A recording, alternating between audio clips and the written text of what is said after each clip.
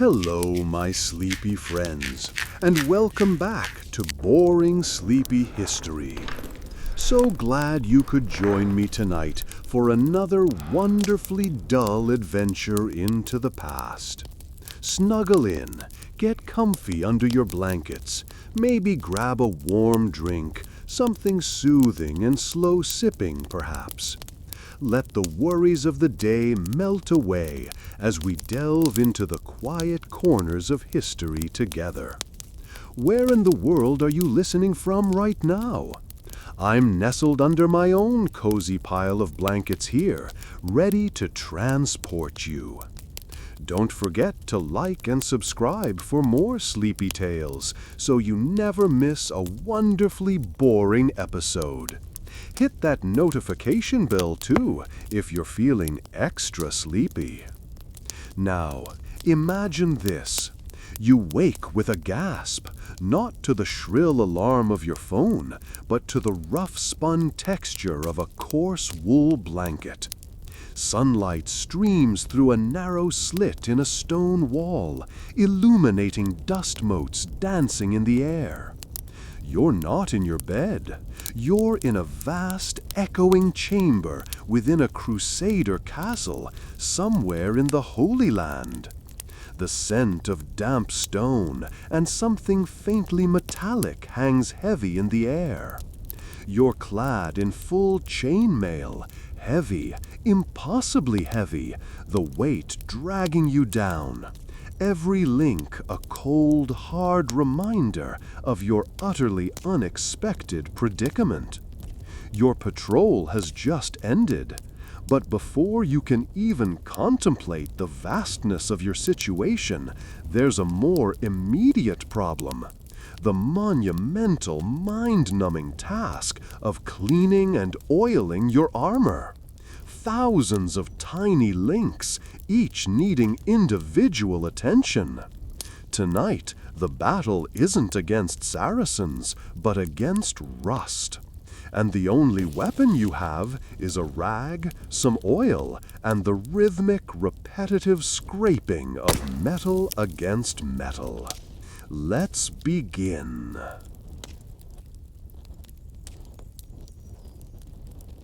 The heavy oak door creaked open, revealing a scene of controlled chaos. The kitchen, a vast, smoky space, hummed with activity.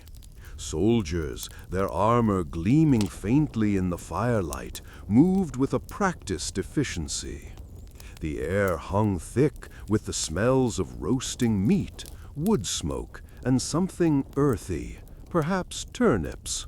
My heart, which had settled somewhat after the morning's ordeal with the chainmail, thumped a little faster. A gruff voice, not unkind, cut through the din. "You, help with the vegetables."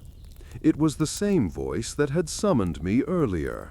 I nodded, my throat suddenly dry. I felt the weight of my earlier exertions, the stiffness in my muscles, a lingering ache in my shoulders from the endless polishing. Then an older woman, her face a road map of wrinkles etched by years of sun and worry, emerged from the swirling activity. Her eyes, though tired, held a surprising gentleness. She wore a simple linen dress, stained with the evidence of countless meals prepared. She gestured towards a rough-hewn wooden table piled high with root vegetables, carrots, turnips, and potatoes, their skins earthy and rough. Her movements were surprisingly precise, a ballet of efficiency. With a practiced hand, she picked up a carrot, its orange skin gleaming faintly in the firelight. The knife, worn smooth with years of use, danced in her grasp. She showed me how to hold the carrot, how to angle the blade, how to find the rhythm that would yield clean, even slices. The sound of the knife against the vegetable was a soft, rhythmic counterpoint to the kitchen's clatter. Her instructions were simple, her voice calm and measured, a soothing counterpoint to the hectic energy around us. "Steady hand," she murmured, her words barely audible above the din. "Feel the knife. Let the carrot guide you." It wasn't a complicated task, but under her guidance, it became a meditative process. I concentrated, my mind slowly emptying itself of the anxieties of the modern world. The rhythm of the knife, the smooth texture of the carrot skin beneath my fingers, the scent of the earth still clinging to the vegetables. These small details filled the space where my worries used to be. The weight of the chainmail, the endless polishing, even the strangeness of this world, all faded into the background. This moment, this simple task, grounded me. As I worked, I learned more than just the proper way to chop vegetables. I learned about the subtle nuances of the life here, a life built around the simple act of providing for others.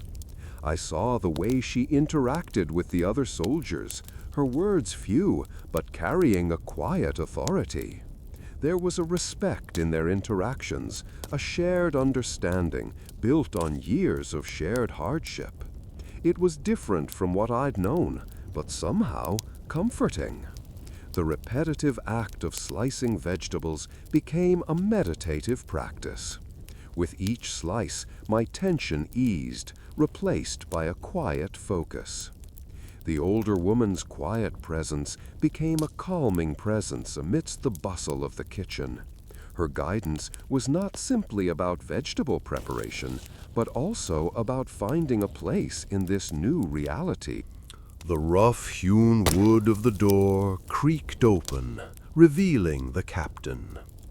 He was a broad-shouldered man, his face etched with the lines of countless sunrises and sunsets, his eyes holding the weight of responsibility. He didn't shout, didn't need to. His quiet presence spoke volumes.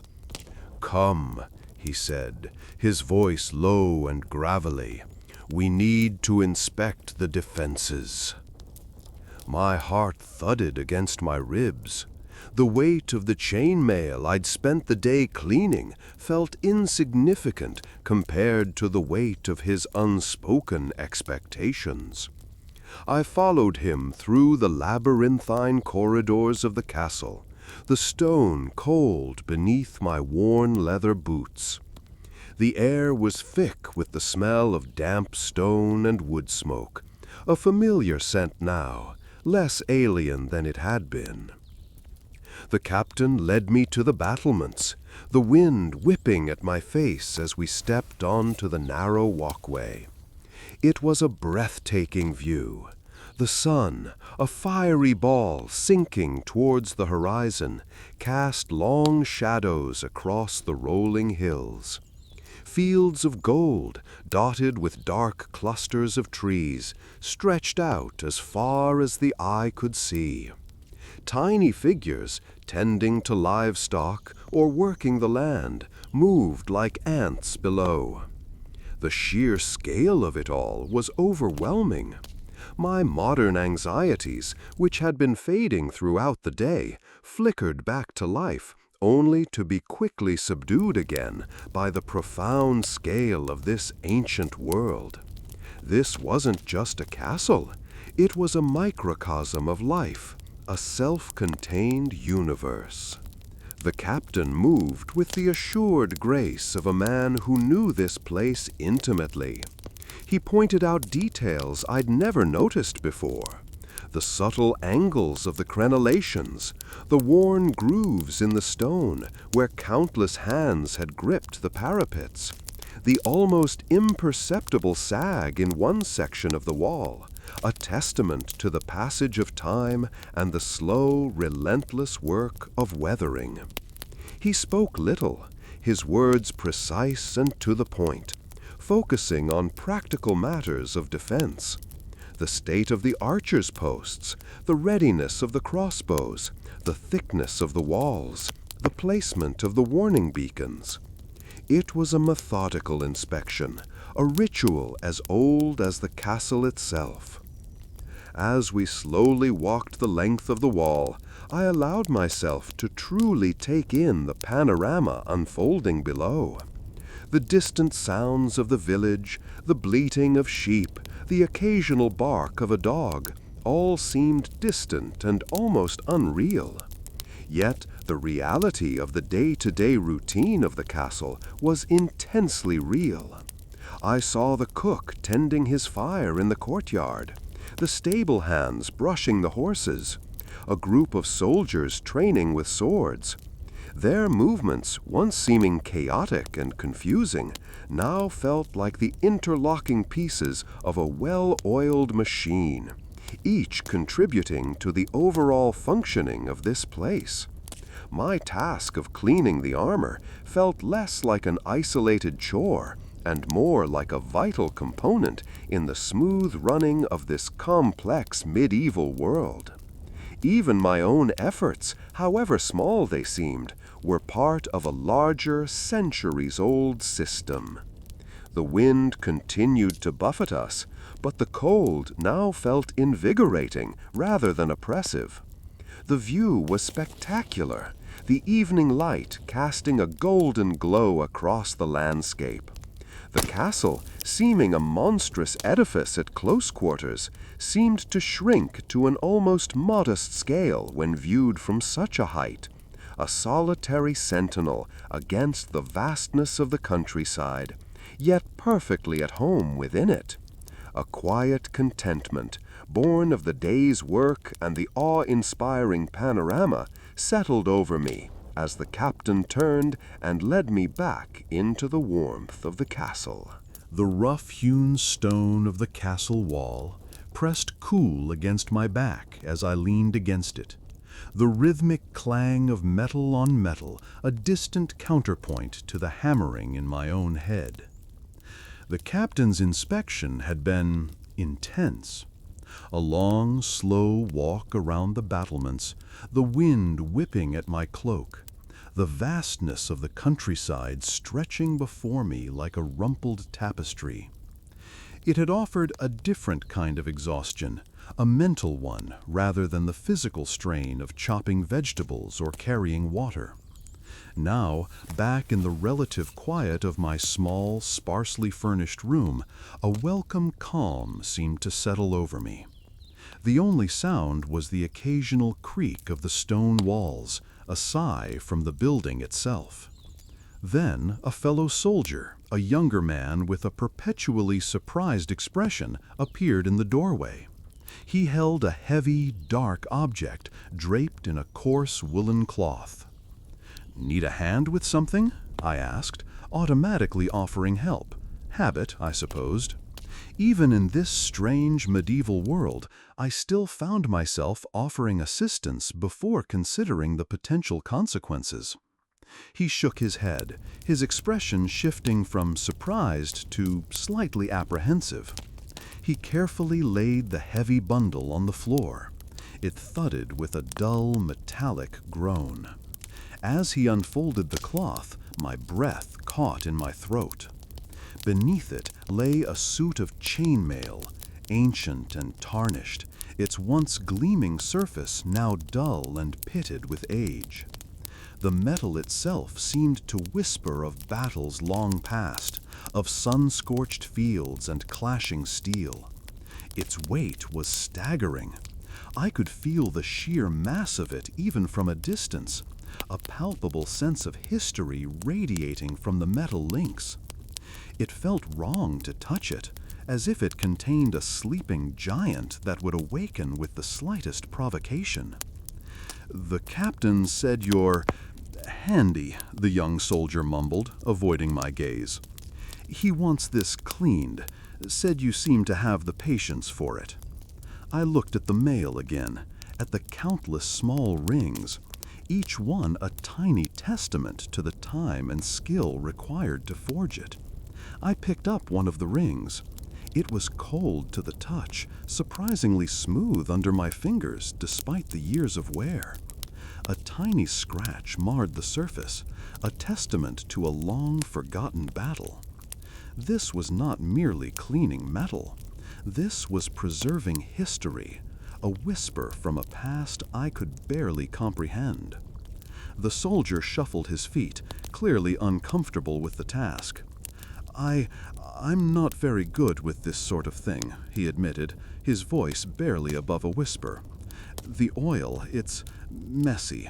He gave me a sheepish look, and then quickly added, "The captain said you're meticulous." I nodded, a wave of weariness washing over me. Meticulous. Perhaps that was the reason why I had been selected for this particular chore. My modern life may have been busy and chaotic, but my inner life was often one of focus, of attention to small details. Maybe this was my chance to embrace it once more. I took a deep breath, the cool scent of dust and something akin to old leather filling my nostrils. The task ahead was daunting, but there was a strange pull to the work.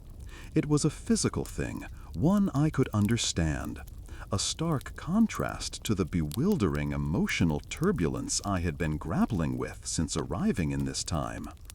The weight of the chainmail, both literally and metaphorically, felt immense.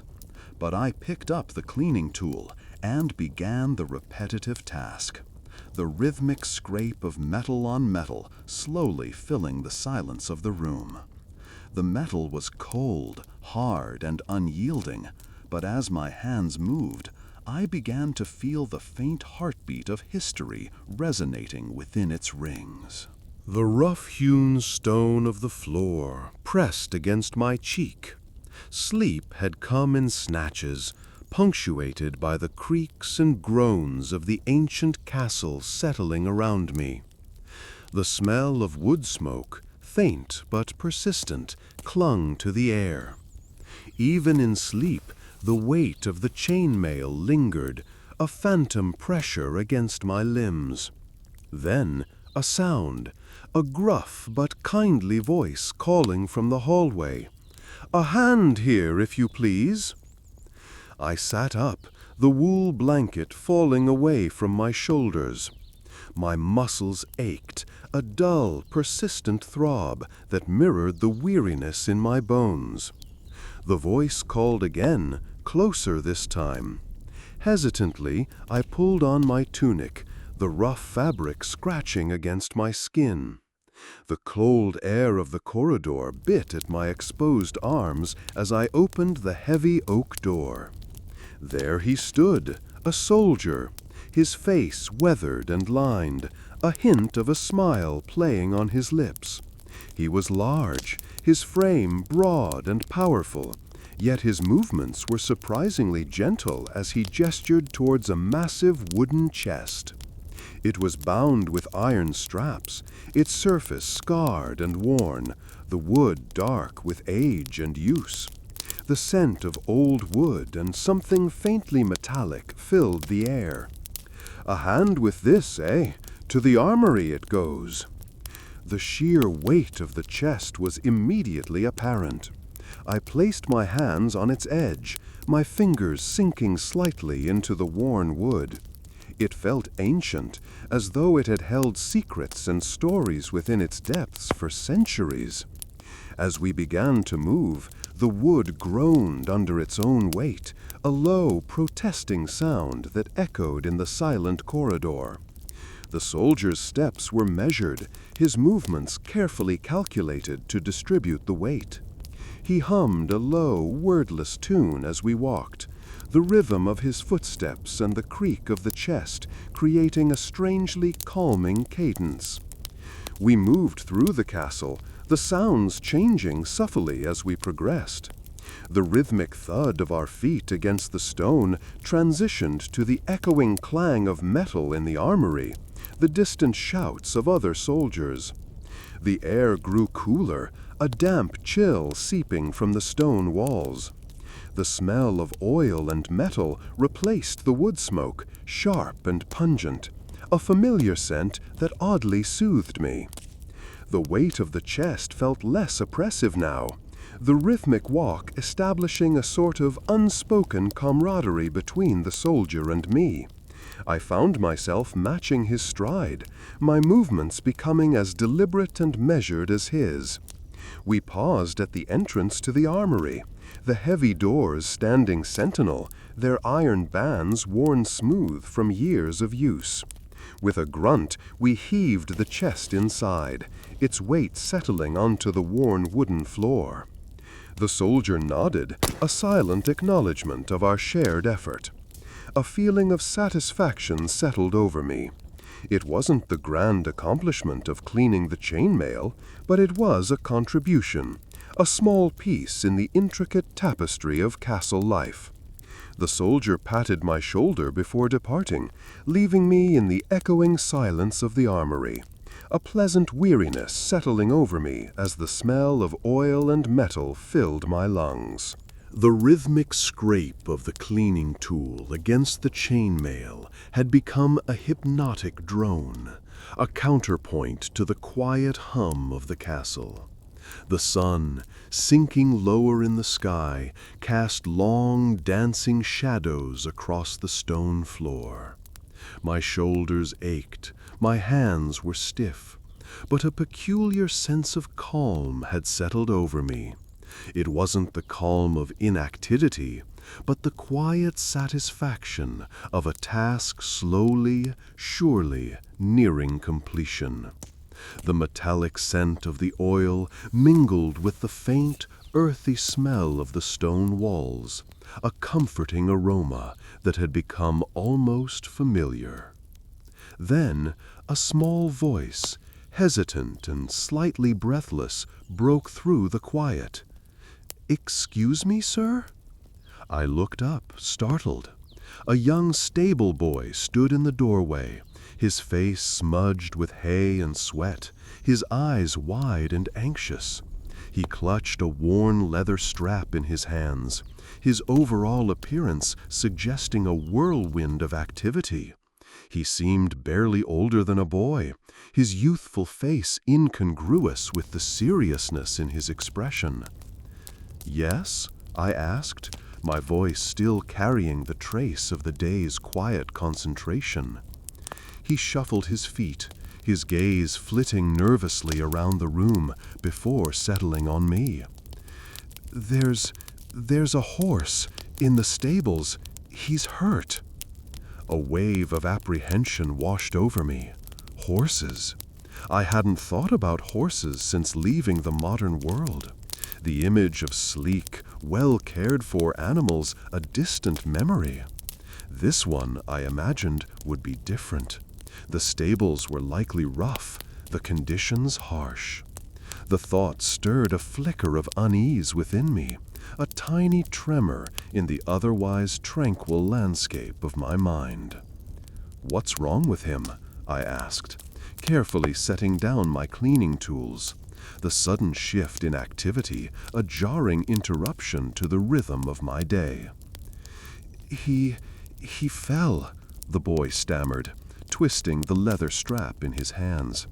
"He's limping badly, and he's bleeding." He looked up at me, his plea evident in his eyes. He was so small, so young, and utterly reliant on my help. The sight struck a chord within me, a flicker of empathy in the heart of my own exhaustion. I nodded, a silent agreement. The sense of quiet purpose I had found in cleaning the armor seemed to shift and expand, encompassing this unexpected task as well. The young boy, his anxiety palpable, led me through the labyrinthine corridors of the castle, his small steps echoing on the stone floor. The air changed, the metallic scent of the armor replaced by the pungent smell of hay, manure, and something vaguely medicinal. The sounds, too, shifted. The rhythmic clanking of the castle replaced by the low whinnies and the occasional snorting of horses. The stables were dimly lit, a contrast to the sunlight in my workroom. The air was thick with the smells of animal life, earthy and pungent. The boy pointed towards a stall in the corner.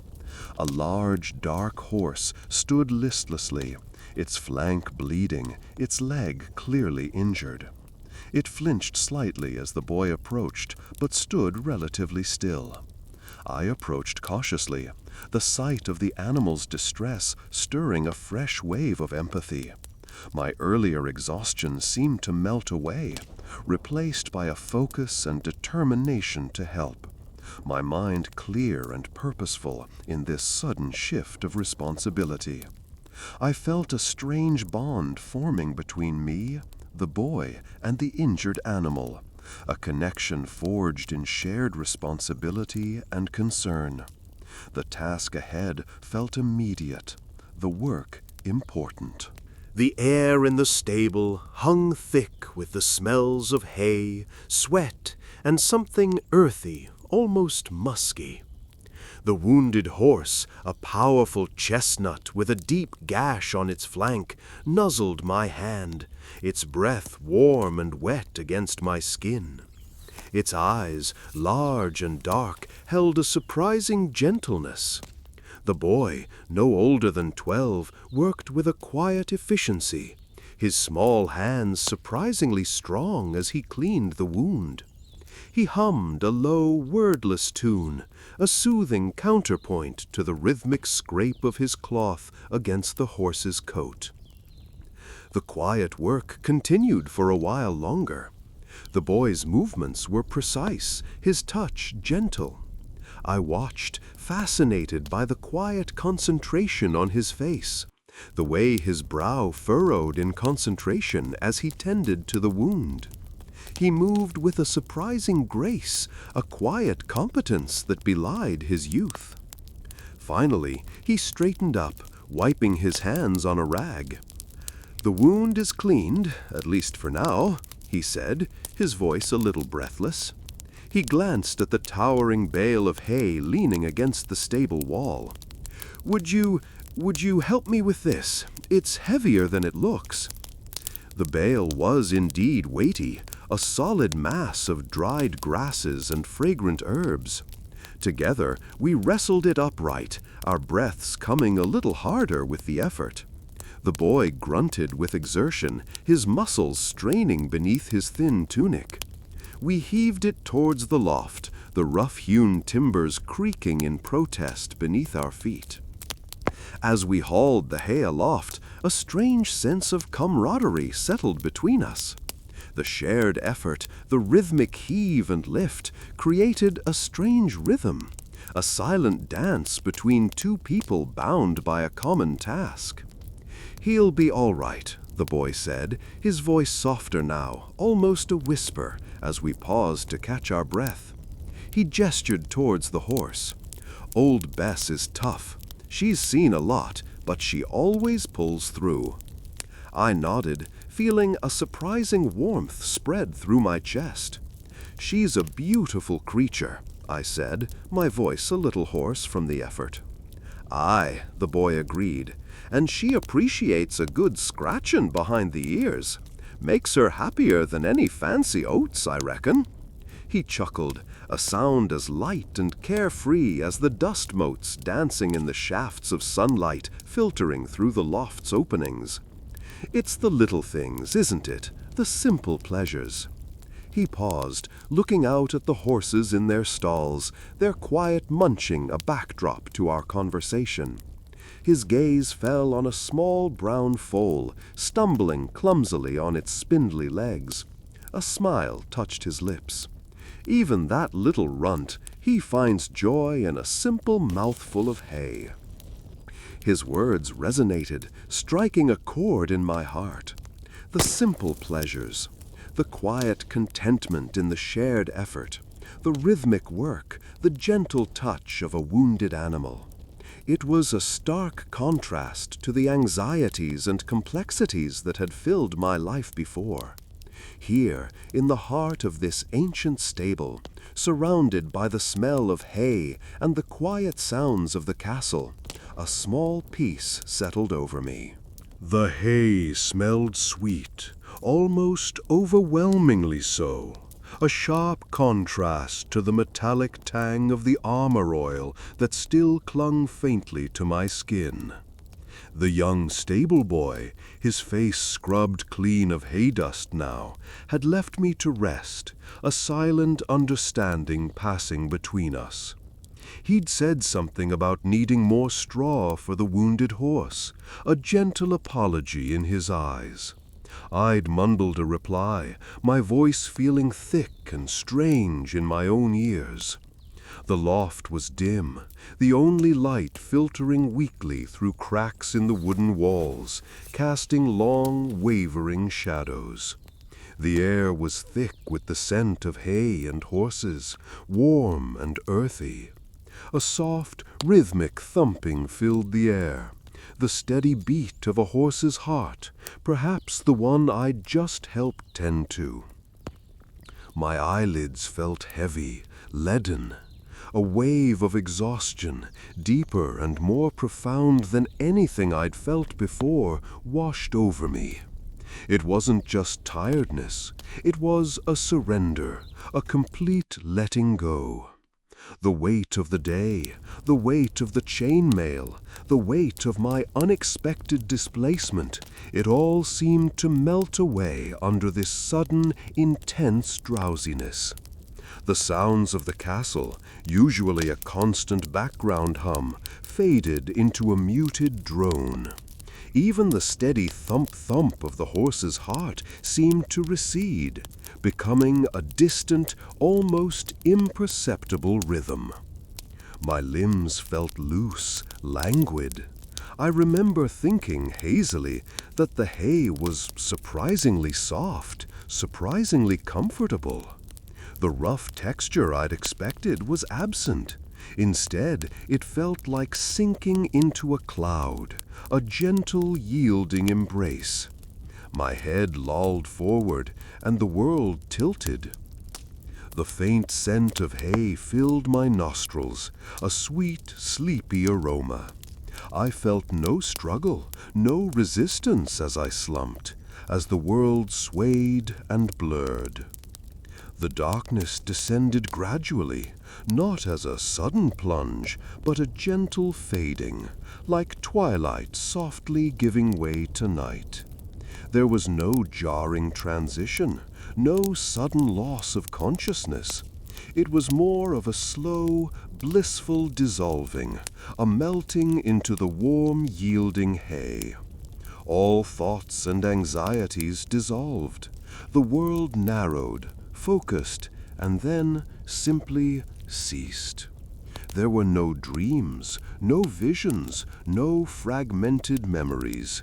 Just an absence of everything, a deep, impenetrable quietude. It was peaceful, a serene, uncomplicated peace that wrapped around me like a warm blanket. The silence was complete, profound. It was the absence of sound, the absence of thought, the absence of feeling.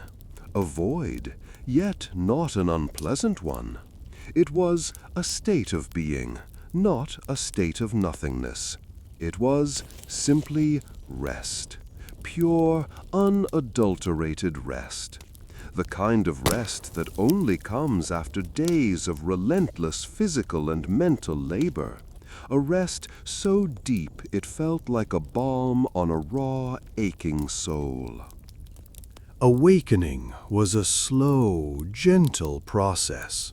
Not a jarring alarm, but a gradual return to consciousness. The sounds were soft at first, a low, rhythmic snoring, punctuated by the occasional snort.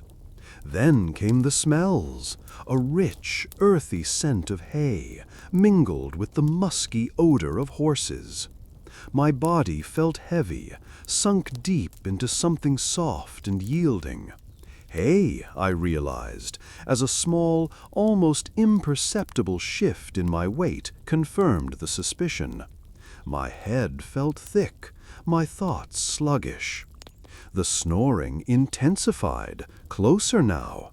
I opened my eyes cautiously, the dim light filtering through cracks in the wooden beams above, barely illuminating the scene.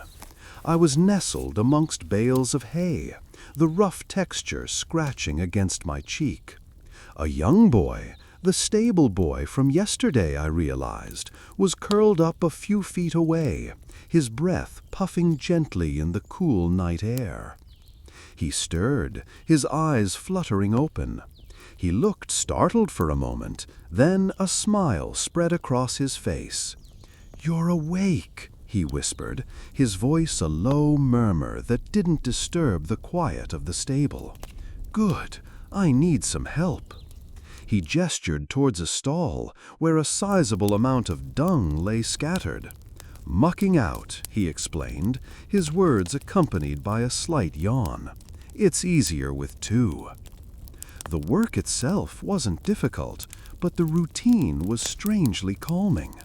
The repetitive action of scooping and tossing the manure into a wheelbarrow, the rhythmic scrape of the shuttle against the stone floor, the warm smell of the hay, all combined to create a sense of quiet focus. The air was crisp and clean, a welcome contrast to the dust-filled room where I had spent most of the previous day. The stable boy worked silently beside me, a comforting presence in the pre-dawn gloom. His movements were efficient, precise. We worked in comfortable silence, punctuated only by the sounds of our labor and the occasional soft whinny from a nearby horse. As the last of the muck was removed, a thin sliver of sunlight peeked through a gap in the stable door. The air was gradually warming. My muscles ached slightly from the exertion, but my mind felt surprisingly clear. The weight of the chainmail, the anxieties of the previous day, all seemed distant now, hazy memories from a faraway land. There was a simple satisfaction in the completed task, a sense of quiet accomplishment. The stable was clean and orderly, smelling faintly of fresh hay and manure. The world felt calmer, simpler now. The rough-spun wool of my tunic scratched against my skin as I shifted, the scent of hay and horse sweat still clinging to me from my sleep in the stable loft. Sunlight, pale and weak, filtered through the cracks in the wooden walls, painting stripes across the dusty floor. My muscles ached, a dull, pleasant throb reminding me of the day's unexpected labors. I was still half asleep, the remnants of a dream, a hazy swirl of galloping horses and windswept plains clinging to the edges of my consciousness. Then a voice, gruff but not unkind. It cut through the quiet of the stable, a low rumble that vibrated through the floorboards. "Oi, you! A hand's needed here!" I blinked, focusing my eyes on the stable entrance. A figure stood silhouetted in the weak light, his form broad and imposing. He was a soldier, I could tell, even from this distance. The faint gleam of polished metal hinted at the armor he'd likely shed for the night. He beckoned me towards him with a calloused hand. "The horses need preparing for the morning patrol," he explained, his voice softening as I approached. "It's a chilly morning, and they need their blankets and harnesses set to rights, if you would be so kind." Hesitantly, I rose. The movement sent a wave of stiffness through my limbs, but the soldier's surprisingly gentle tone eased my apprehension. I followed him into the main stable area, where a half-dozen horses stood patiently in their stalls, their breath misting in the cold air. The smell was sharp, a mixture of hay, manure, and the earthy tang of horse sweat. The soldier, whose name I still didn't know, pointed to a pile of heavy woolen blankets. "These are for the patrol horses," he instructed, his movements surprisingly precise and efficient. "Each horse gets its own. Make sure they're securely fastened. The harnesses are on the wall, over there." I moved to the pile of blankets, their thick wool surprisingly soft against my fingertips. Each blanket was heavy, imbued with the scent of old wool and wood smoke. I began to lay them out neatly, mimicking the soldiers' calm and orderly movements. The ritual was simple but satisfying, the steady, methodical work grounding me in the present moment. There was a quiet comfort in this task, far removed from the uncertainty of my arrival in this unfamiliar world. As I draped a blanket over each of the waiting horses, their soft nudges and gentle whinnies created a sense of companionship.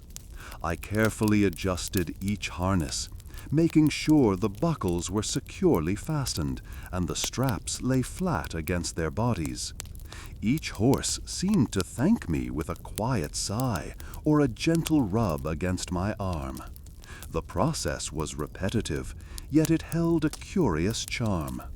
There was a quiet dignity in caring for these powerful creatures, a sense of shared purpose between humans and animals, a bond formed through mutual reliance and shared responsibility.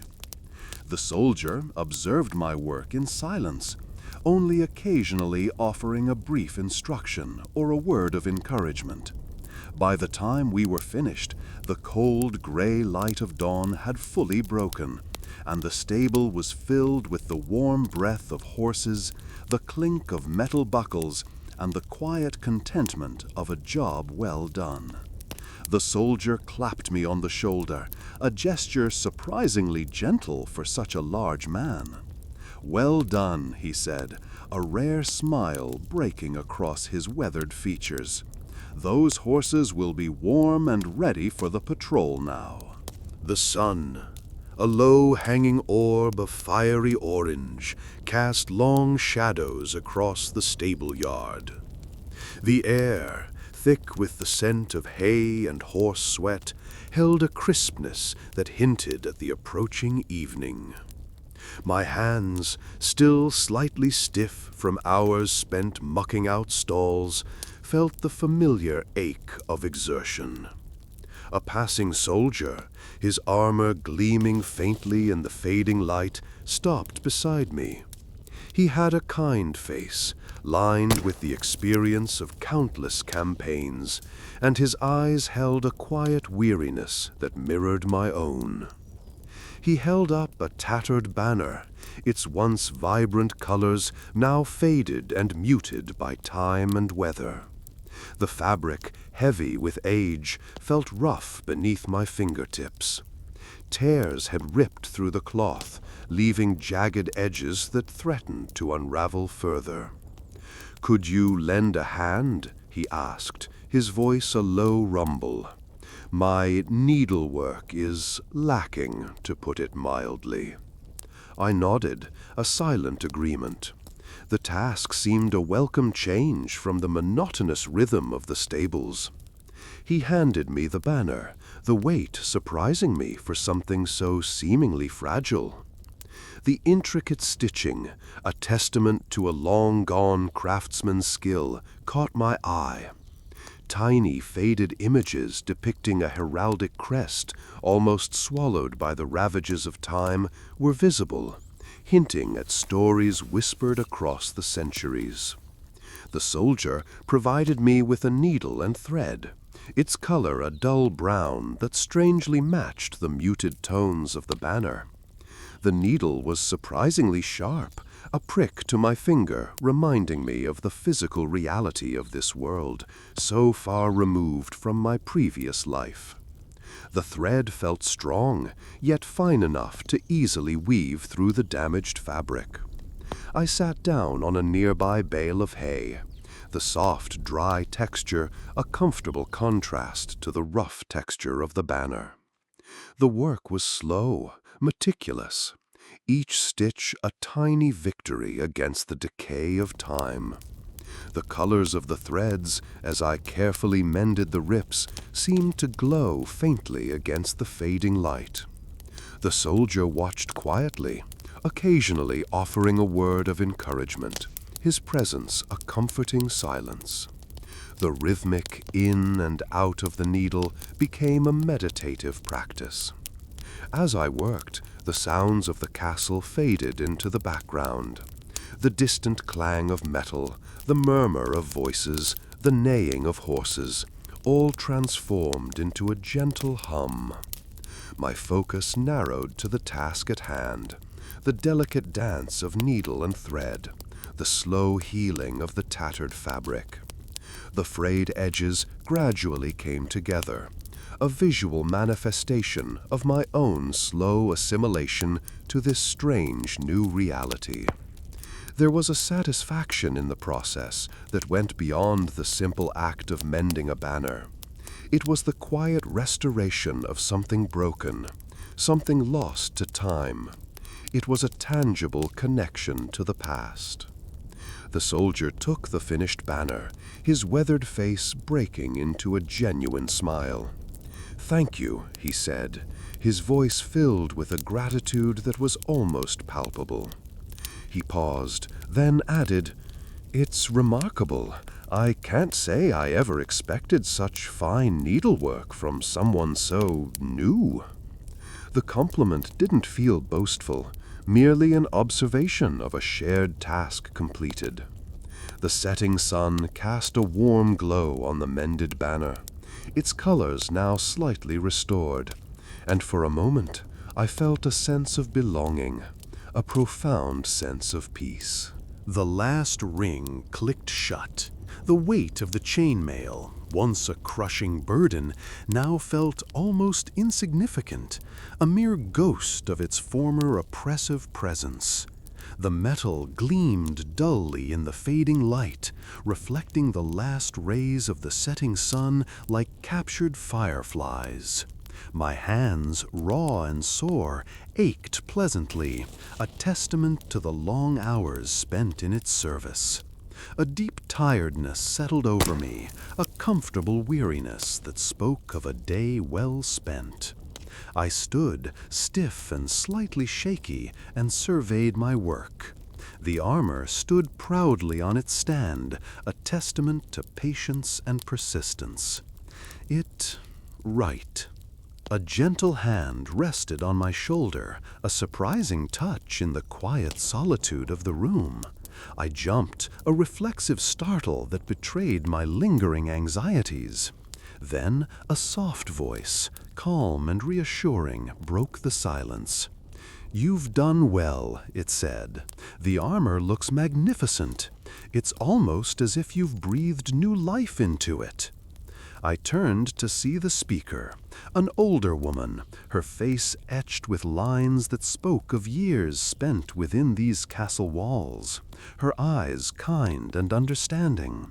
Her apron was stained with the telltale marks of kitchen work, and the scent of wood smoke and roasting meat clung to her like a second skin. She offered a small, tired smile. "The evening meal is nearly ready. We'd be honored if you would join us in the great hall." Her words were an invitation, but also something more, an acceptance, a silent acknowledgement that I had earned my place within this strange, harsh world. The thought warmed me more than the fading sunlight filtering through the arrow slit. There was a genuine warmth in her voice, a sense of belonging that hadn't existed before. The invitation to the great hall wasn't merely a summons to a meal. It was an invitation into a community, a family of sorts, even in this strange medieval setting. I nodded, a silent acceptance of her kind offer.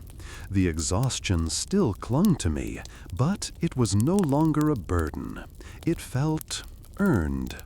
As I followed her down the long corridor, the sounds of the castle, the distant clang of metal, the hushed conversations, the cheerful chatter of children, no longer felt jarring or overwhelming.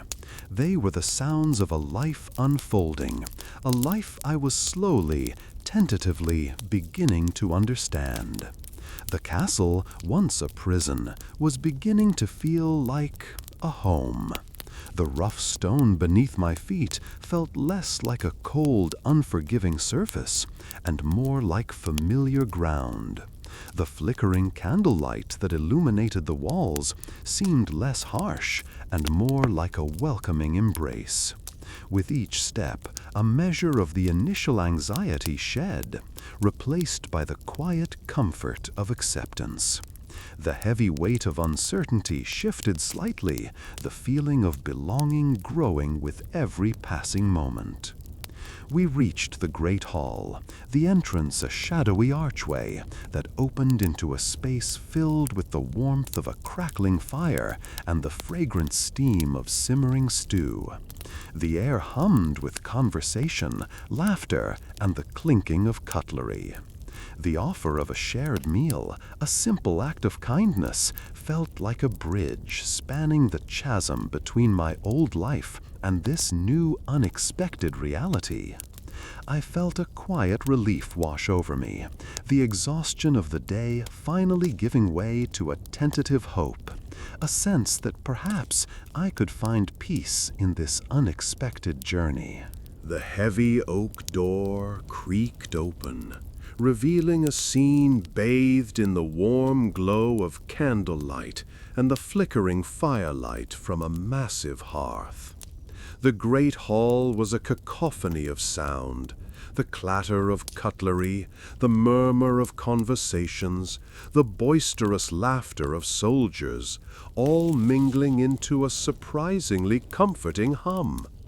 The air hung thick with the rich aroma of roasted meat, spiced wine, and something sweet and faintly floral, a counterpoint to the lingering scent of oil and dust from my day's work. It was overwhelmingly warm, a stark contrast to the cool stone of my room, and the sheer volume of people was initially daunting. My chest tightened slightly, a wave of anxiety threatened to overwhelm me. But then I saw him. A young kitchen boy, no older than 12, his face smudged with flour and his apron stained with something dark and unidentifiable, stood near the massive trestle tables, struggling with a large wooden tray piled high with steaming bowls of stew. The fragrant steam rose in swirling clouds, carrying with it the enticing smell of herbs and meat, a comforting balm to my weary senses. He looked up, his eyes wide and pleading. Before I could even consider a refusal, he blurted out, "Please, sir, could you help me? These bowls are awfully heavy." The tray, indeed, looked impossibly heavy. My muscles, still aching from the armor cleaning, protested even at the thought of lifting it. But something in the boy's anxious gaze, his vulnerability in the midst of this bustling hall, spurred me into action. I approached cautiously, my hand hovering over the tray's edge, testing its weight before committing to a grip. It was heavier than it looked, a solid, comforting weight that grounded me in the present moment. I found a secure grip on the edge of the heavy wooden tray. The bowls were sturdy, their warmth radiating through the wood, a comforting contrast to the coldness of the stone I'd been surrounded by all day. The weight, while substantial, was manageable. The boy grabbed the other side, his small hands gripping the wood with surprising strength. Together, we carefully navigated the crowded hall, the aroma of the stew a constant, comforting presence. The sounds of the hall, initially overwhelming, slowly became a muted backdrop. I focused on the rhythm of our steps, the steady weight of the tray in my hands, the warmth radiating from the stew. Each step was measured, each movement deliberate. It was a surprisingly meditative experience, the repetitive task calming my still jittery nerves. With each delivered bowl, a quiet sense of satisfaction spread through me. It was as if the simple act of carrying the food helped to carry away the day's burdens. We placed the tray down at one of the long tables where soldiers were already tucking into their meal with gusto. The boy let out a breath, relief etched on his face. "Thank you, sir," he whispered, a genuine gratitude in his tone. He turned to refill the tray, his movements more confident now. I looked around at the scene. The warmth of the hall now felt inviting rather than overwhelming. The food, the company, the shared act of helping, it all felt unexpectedly peaceful. The great hall hummed with a low, comforting thrum. The air, thick with the smells of wood smoke and simmering stew, hung heavy and warm. Laughter, punctuated by the clinking of tankards, drifted from the far end of the room, where soldiers gathered around a roaring fire. I stood near the entrance, the heavy wooden door still echoing faintly from my passage through. My muscles ached, a dull throb that resonated with the weariness in my bones. The chainmail, though cleaned, had left its mark, a persistent pressure behind my eyes, a phantom weight on my shoulders. Then a kind-faced woman, her features softened by the firelight, approached. Her smile was gentle. Her eyes held a knowing warmth that eased the tightness in my chest. In her hands she carried a large earthenware bowl, steaming gently. The rich aroma of herbs and meat wafted towards me, a comforting balm to my exhaustion. "You look weary, child," she said, her voice soft as the falling snow I imagined outside the castle walls. "Come, sit by the fire. You deserve a warm meal and some rest." She gestured towards an empty bench near the hearth, the flames dancing in a mesmerizing ballet. The warmth radiated outwards, a tangible comfort against the chill that had settled deep in my bones. I gratefully accepted the bowl, the rough pottery warm against my numb fingers. The stew, rich and savory, was a revelation. Each spoonful was a small victory against the exhaustion that threatened to overwhelm me. The hearty broth, the tender pieces of meat, the subtle hint of herbs, it was a feast for the senses, a welcome respite from the day's relentless toil. As I ate, the murmuring of conversations around me began to filter through my fatigue. I listened to snippets of stories, laughter, and shared experiences. The rhythm of their voices, the crackling of the fire, the gentle simmering of the stew, all combined into a soothing symphony, a comforting lullaby that eased the tension from my shoulders. The weight of the armor, both physical and metaphorical, seemed to lessen with each warm mouthful. The castle, once a daunting and unfamiliar place, began to feel like a temporary home. The woman sat beside me, her presence a quiet comfort. She didn't press for conversation, but her occasional gentle smile and the warmth of her presence were enough. She spoke only rarely, offering small observations about the weather or the day's events, her words weaving themselves into the comforting tapestry of the evening. I found myself sharing small details of my day, the strange ritual of cleaning the armor, the unexpected satisfaction it had brought. Her listening was a gift, her acceptance a balm to my still raw emotions. As the bowl emptied, the quiet contentment in my heart grew stronger. The fire crackled, casting dancing shadows on the stone walls. The comforting warmth spread through me, chasing away the lingering chill of the day. The weight of the world, once so heavy, now felt manageable, almost insignificant. I felt a sense of belonging, a quiet acceptance of this strange new reality. The exhausted weariness still lingered, but now it was tempered with a new-found peace. The fire had dwindled to embers, casting long, dancing shadows across the stone floor. The scent of wood smoke hung heavy in the air, mingling with the lingering aroma of the evening stew. My eyelids felt heavy, the rhythmic thump, thump, thump of my own heart a counterpoint to the quiet rustle of the wind outside the arrow slit. Sleep tugged at me, a gentle, insistent pull.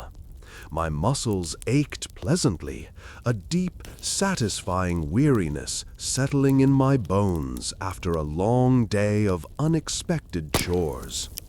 I closed my eyes for a moment, letting the warmth of the fire creep into my chilled skin.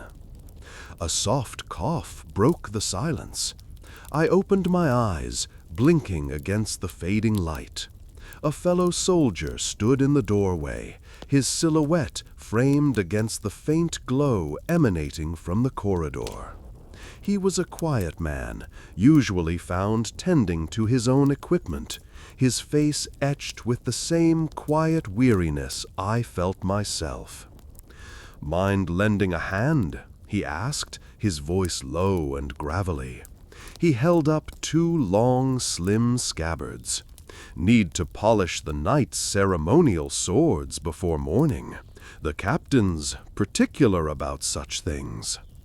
The swords. I'd seen them before, gleaming faintly in the torchlight during the evening meal, hanging proudly on the wall of the great hall. Magnificent, ornate things, their hilts encrusted with jewels that winked even in the dim light. I nodded, pushing myself to my feet, the stiffness in my joints protesting mildly. He gestured towards a small wooden table set aside, its surface polished smooth by years of use. Upon it lay several cloths, a small pot of oil, and a leather strop. The faint scent of leather and oil, sharp yet strangely comforting, filled the air.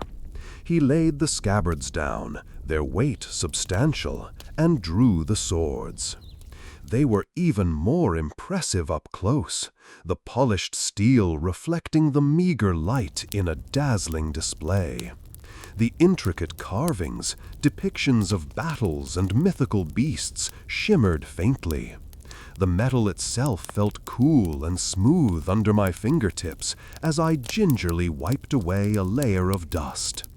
The fellow soldier showed me the proper technique, the precise movements of his hands efficient and practiced. The work itself proved surprisingly meditative. The repetitive motion of the polishing cloth, the gentle pressure against the steel, the gradual disappearance of the dust and grime, all combined to create a soothing rhythm. The sounds of the castle were muted, reduced to a low hum. Only the soft scrape of the cloth against steel and our quiet breathing filled the air. As I worked, my thoughts drifted, the day's anxieties fading into the background. The weight of the day seemed to lift as the swords began to gleam. We worked in companionable silence, our efforts synchronized, a quiet understanding passing between us without words. The task wasn't arduous, but a quiet act of shared purpose, a shared understanding of the rituals that held this strange, harsh world together. The hours melted away, the swords shining like mirrors reflecting the dwindling embers of the fire. The rhythmic scrape of the cleaning tool against the chainmail had lulled me into a state of almost trance-like calm. The metal, once a cold, forbidding weight, now felt almost familiar under my fingertips, each polished link reflecting the fading light of the late afternoon sun. The sounds of the castle, the distant clang of metal, the hushed murmur of voices, were a distant hum, a comforting background to the quiet rhythm of my work. Then a gruff but kindly voice cut through the stillness. "Oi, you there? A hand's needed down in the armory. Got a chest of supplies needs movin'." The voice belonged to a soldier I'd seen around the castle, a man whose face was permanently etched with the lines of countless battles and sun-baked days. He was large and strong, with a weathered face that spoke of years spent under harsh skies and even harsher conditions. Yet there was a hint of gentleness in his gruff tones, a quiet kindness that belied the hardness of his exterior. The quiet intimacy of my work was shattered, replaced by a sudden, almost jarring return to the bustling reality of castle life.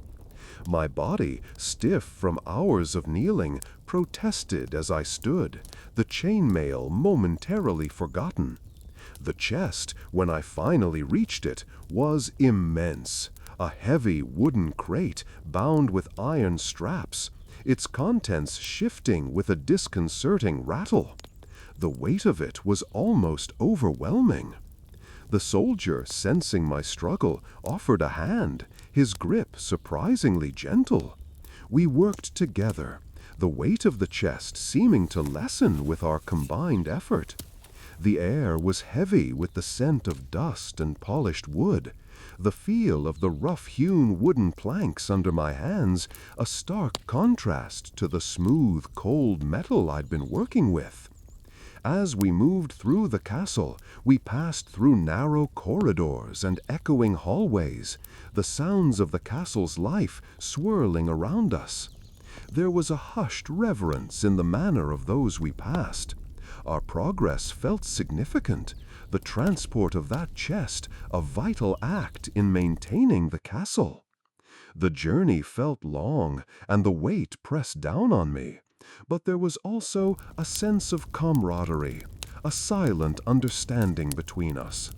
We spoke little, the effort of our task filling any silences, but I felt a connection, a brief shared moment within the larger rhythm of the castle's life. The soldier offered encouragement, a small gesture of shared effort. The armory itself was a cold, echoing space, filled with the smell of oiled leather and metal, a place of quiet power and military readiness. We placed the chest down with a thud, a final, tangible release. I stood for a moment, feeling the lingering exhaustion, but also a different kind of weariness, a fulfilling tiredness from helping in the common enterprise of the castle. The soldier offered a nod, a silent acknowledgement of our shared effort, and then he turned and disappeared back into the maze of corridors, leaving me alone in the quiet space of the armory, the scent of steel and oil filling the air, my muscles aching, but my spirit strangely light. The air hung thick with the scent of oiled leather and polished steel. Sunlight, slanting through a high, narrow window, illuminated motes of dust dancing in the otherwise dim armory. It was a space of quiet power, the very air seeming to vibrate with the weight of centuries of battles past. I was leaning against a rough-hewn wooden bench, the worn wood cool against my cheek, the remnants of the day's work, cleaning the night's chainmail, still clinging to my skin like a second layer. My muscles ached with a pleasant weariness, a dull thrum that vibrated deep within my bones. Then he appeared, a young page, barely more than a boy. His eyes, wide and bright, darted nervously around the armory's vastness. He clutched a small, worn, leather-bound book to his chest, his knuckles white. He looked like a startled bird about to take flight. "Excuse me," he stammered, his voice barely a whisper above the faint creak of the armory's ancient timbers. "Sir, I was wondering if you might perhaps help me?" His hesitant plea tugged at something within me. The solitude of the previous tasks had been strangely comforting, but there was a different kind of quietude in the shared effort, a sense of connection that had been missing. I nodded, a silent agreement. "What needs doing?" I asked, my voice low and even, the roughness of my own voice a strange counterpoint to the boy's nervous tremor. He unfurled the small book, its pages filled with a spidery script and rough sketches. "The weapons, sir," he explained, his voice gaining a little strength. They need organizing. Sir Reginald says it's a mess, and—" He trailed off, seemingly overwhelmed by the sheer scale of the task. The armory was a chaotic landscape of swords, spears, axes, and other implements of war, a jumble of metal, wood, and leather. We started with the swords. The boy, whose name I never learned, moved with surprising efficiency once he began, pointing to each entry in his book and directing me to the correct rack.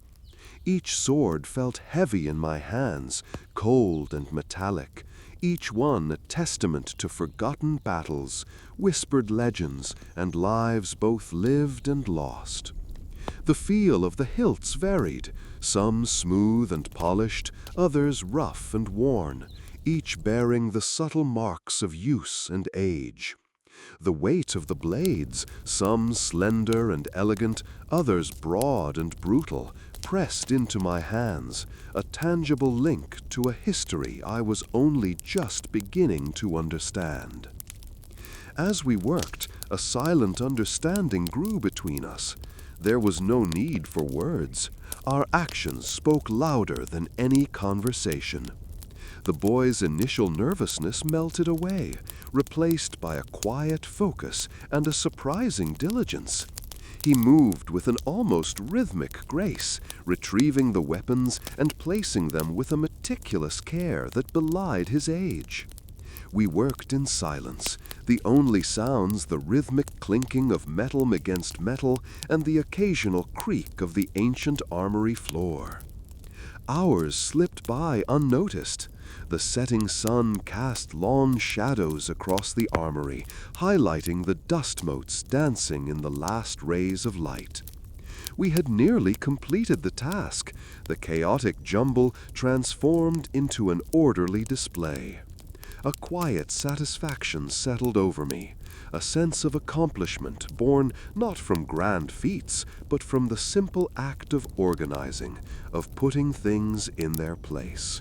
The air in the armory, heavy with the scent of oiled leather and polished steel, had settled into a comforting quiet. My hands, still slightly stiff from hours spent swords and arranging spears, felt the lingering weight of the metal. The rhythmic clinking of my work had faded, leaving behind only the low hum of the castle. A sense of quiet accomplishment settled over me. The armory, once a daunting maze of gleaming weaponry, now felt organized, almost peaceful. Then, a gruff voice, but with an underlying kindness, cut through the silence. "Oi, you there! A hand's needed in the kitchen. Supper's a-brewin', and we're short-handed." The voice belonged to a soldier, his face etched with years of sun and battle, though his eyes held a surprising gentleness. He leaned against the heavy oak door frame, his broad shoulders filling the space. The transition from the quiet order of the armory to the implied chaos of the kitchen felt jarring at first. The methodical arrangement of swords and shields seemed a world away from the clatter and steam I imagined in the kitchen. Hesitantly, I nodded, setting down the last of the polished scimitars. The cold metal felt strangely comforting against my skin after the hours spent handling it. He gestured towards the hallway, his hand resting on the hilt of his sword, a familiar and reassuring presence. The heavy wooden door creaked shut behind me. The sound echoed in the corridor. As I walked, the air grew warmer, laced with the aroma of roasting meat and simmering vegetables. The kitchen was a whirlwind of activity. The air was thick with heat, the smells intense. A savory blend of roasting meat, simmering stew, and the yeasty tang of freshly baked bread. The rhythmic chopping of vegetables, the clatter of pans, and the shouts of cooks filled the room, a stark contrast to the peaceful solitude of the armory. I felt a surge of anxiety, the quiet rhythm of my previous task abruptly disrupted. This was a symphony of chaos, where every action seemed urgent, every movement purposeful and hurried. A cook, her face flushed from the heat, barked out instructions, her words sharp and efficient. She pointed to a large cauldron bubbling on a fire, its contents sending up a cloud of steam. My initial apprehension melted into a focus on the task at hand. I took a wooden spoon, stirring the stew, the heat intense on my skin. The rhythm of stirring was a calming counterpoint to the surrounding chaos. It was repetitive, and in the repetitive work I found a quiet sanctuary. The heat was intense, but the scent of the food created a welcoming comfort. Slowly, I adapted to the kitchen's tempo. The initial panic faded, replaced by a focused attention on my actions. The camaraderie was immediate. Even the sharpest instructions held a warmth underneath, a shared purpose uniting us. I found myself falling into the rhythm of the kitchen's frenzy, moving efficiently to prepare vegetables, help transfer food, and stir simmering sauces. As the evening drew closer, the pace intensified. The cooks worked with a coordinated energy, each knowing their place, contributing to the grand meal preparation. The scent of the food, the warmth of the fire, and the sounds of the busy kitchen, initially overwhelming, became a strange comfort. I moved through the chaos with purpose, a quiet participant in this culinary storm, enjoying a place of belonging that the previous day's silence had not offered. The air in the armory, heavy with the scent of oiled leather and polished steel, had settled into a comforting quiet. My hands, still slightly stiff from hours spent sorting swords and arranging spears, felt the lingering weight of the metal. The rhythmic clinking of my work had faded, leaving behind only the low hum of the castle. A sense of quiet accomplishment settled over me. The armory, once a daunting maze of gleaming weaponry, now felt organized, almost peaceful. Then a gruff voice, but with an underlying kindness, cut through the silence. "Oi, you there! A hand's needed in the kitchen. Supper's a-brewin' and we're short-handed." The voice belonged to a soldier, his face etched with years of sun and battle, though his eyes held a surprising gentleness. He leaned against the heavy oak doorframe, his broad shoulders filling the space. The transition from the quiet order of the armory to the implied chaos of the kitchen felt jarring at first. The methodical arrangement of swords and shields seemed a world away from the clatter and steam I imagined in the kitchen. Hesitantly, I nodded, setting down the last of the polished scimitars. The cold metal felt strangely comforting against my skin after the hours spent handling it. He gestured towards the hallway, his hand resting on the hilt of his sword, a familiar and reassuring presence. The heavy wooden door creaked shut behind me, the sound echoing in the corridor. As I walked, the air grew warmer, laced with the aroma of roasting meat and simmering vegetables. The kitchen was a whirlwind of activity. The air was thick with heat, the smells intense, a savory blend of roasting meat, simmering stew, and the yeasty tang of freshly baked bread.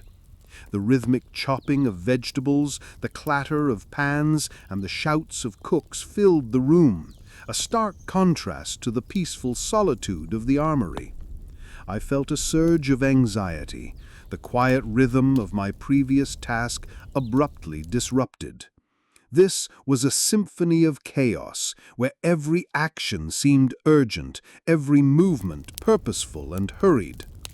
A cook, her face flushed from the heat, barked out instructions, her words sharp and efficient. She pointed to a large cauldron bubbling on a fire, its contents sending up a cloud of steam.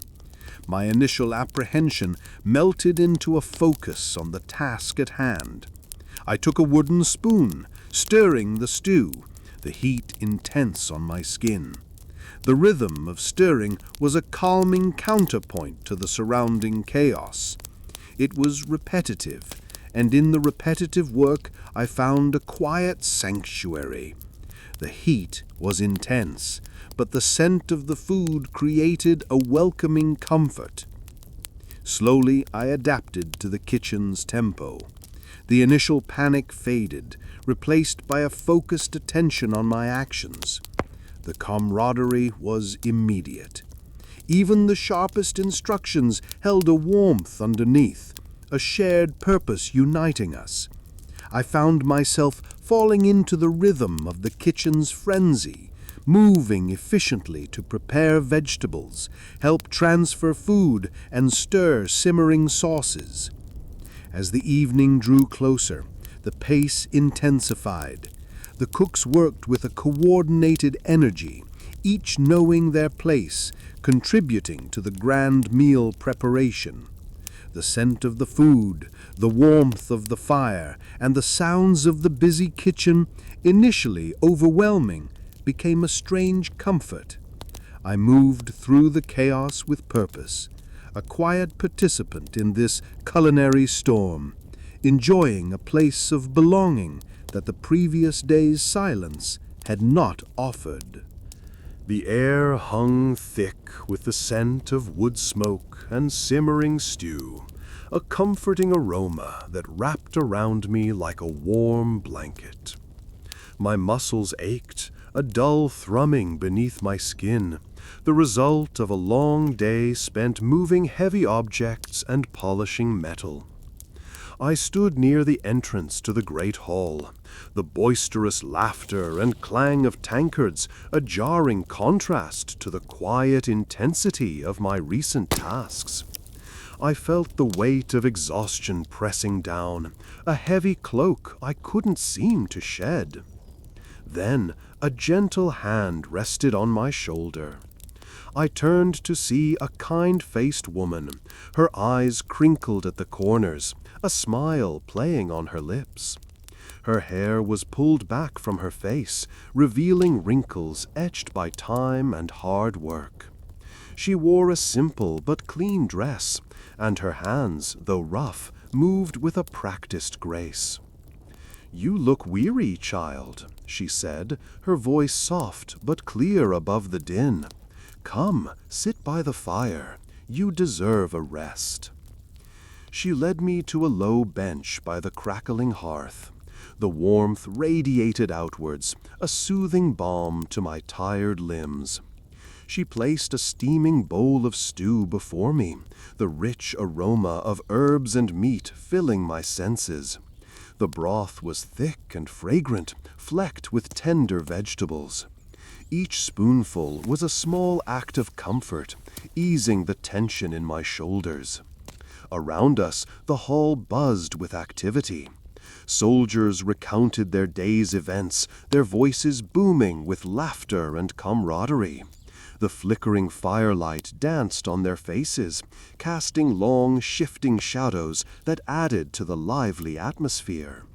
Despite the noise, the warmth of the fire and the company created a small, intimate space of quiet. The woman began to hum a low melody, a simple tune that seemed to weave itself into the fabric of the hall's soundscape. She didn't press me for conversation, but her presence was comforting, a quiet anchor in the sea of activity. I ate slowly, savoring each bite, allowing the warmth of the stew to permeate my body and mind. As I ate, I found myself unconsciously relaxing. The tension that had clung to me since my arrival began to loosen its grip. I listened to the stories around me, tales of skirmishes, of hunting expeditions, of the daily struggles and small victories of castle life. They were simple stories, devoid of grand heroism, but they were real, and in their ordinariness I found a strange solace. The laughter and banter flowed around me, a comforting current that carried away the lingering anxieties of the modern world. I had found a place, a small, quiet nook in the heart of this chaotic life, and it felt right. The simple act of sharing a meal with strangers felt like a profound connection. I was finally starting to belong. The rhythmic scraping of the cleaning tool against the metal had ceased. The last gleam of oil absorbed into the chainmail's intricate weave. My shoulders ached, a pleasant throb that spoke of honest work completed. The sun, low in the western sky, cast long shadows across the stone floor, painting the room in hues of amber and deep ochre. A quiet contentment settled over me, a calm I hadn't felt since before. Before the ship, before the journey, before everything. A shadow fell across the patch of sunlight illuminating my work. I looked up, blinking slightly against the sudden dimness. A fellow soldier stood in the doorway, his face half-shadowed, his usual gruff expression softened by an almost hesitant politeness. He held something in his hands, a tattered length of cloth. "Mind lending a hand?" he asked, his voice a low murmur. "This banner needs some attention." He held out the banner, its faded colors muted by the fading light. It depicted a scene I couldn't quite make out. A clash of swords, perhaps, or a siege. The fabric was heavy, a coarse linen, worn thin in places. I could feel the rough texture even from where I stood, the frayed edges tickling my fingertips as he laid it across my lap. Threads, loose and broken, snaked across the surface like faded veins. The colors themselves were a study in muted tones. A faded crimson, a dull gold, a barely discernible blue. There was a strange beauty in their decay, a quiet dignity in their age. He pointed out a particularly large tear, the raw edges stark against the muted hues. He had a small kit of needles and thread, the threads themselves mirroring the colors of the banner, almost impossibly delicate. The air around us was heavy with the scent of dust and old fabric, a faint, earthy smell that clung to the banner's worn surface. The soldier had moved to the opposite side of the room, finding a sturdy chair where the sunlight still touched the stone wall. The silence between us was not uncomfortable, but companionable, a quiet shared understanding of the meditative nature of the work. The mending itself was a slow, almost ritualistic process. Each stitch was a tiny victory, the needle moving through the fabric with a delicate precision that surprised me. I focused on the careful work, my mind emptying of the chaotic jumble of thoughts that had plagued me earlier. The faded colors, the intricate stitching, they demanded attention. And in that attention, I found a peculiar kind of solace. The soldier had fallen into his own quiet contemplation. From time to time, I would hear him let out a small sigh or a soft grunt as he adjusted his position. The only other sound was the gentle scrape of the needle against the fabric, a rhythmic counterpoint to the fading light and the deepening quiet of the evening. Hours passed in a peaceful blur, the only marker of time being the slowly shifting shadows. Slowly, painstakingly, we rebuilt the banner's torn glory. The soldier helped me to understand the delicate work, the importance of matching the pattern and maintaining the consistency of the stitch. Together, we restored something beautiful, something touched by history. As the last stitch was completed, a shared sense of accomplishment bloomed between us, a quiet pride in the restoration of something old and beautiful. The rhythmic scrape of the needle against the coarse linen faded, replaced by a sudden, gruff voice. "Oi, you with the needlework! A hand's needed down in the armory. Heavy chest needs two to carry it." I glanced up, startled, my fingers still slightly numb from the fine work of mending the banner. The voice belonged to a soldier I'd seen several times around the castle, a broad-shouldered man with a perpetually furrowed brow, yet his eyes, when they met yours, held a surprising gentleness. He was leaning against the doorway, arms crossed, his face partially shadowed, yet his presence radiated a quiet strength. The air carried the faint scent of wood smoke and something metallic, the armory, no doubt. Hesitantly, I set down my needle and thread, the unfinished banner a small, forgotten thing. A wave of apprehension washed over me. Heavy chests rarely contained anything light. The thought of lifting it conjured an immediate sense of strain, of muscles protesting against the weight. I stood, stretching my stiff back. My joints cracked faintly in protest. The work on the banner had been surprisingly tiring, the small movements accumulating into a persistent ache. The soldier waited patiently, a slight nod urging me forward. We moved through the castle's labyrinthine corridors, the stone cold beneath my bare feet. The heavy silence was punctuated only by the rhythmic echo of our footsteps and the distant clang of metal from the armory itself, a constant reminder of the task ahead. Each step was a calculated effort, a small victory against the encroaching fatigue. The armory door, thick oak studded with iron bands, loomed ahead. The soldier pushed it open with a grunt, revealing a dimly lit space filled with the aroma of oiled leather, polished steel, and something akin to old sweat. The air hung heavy with the scent of stored weapons and the past. Even the air itself seemed weighty.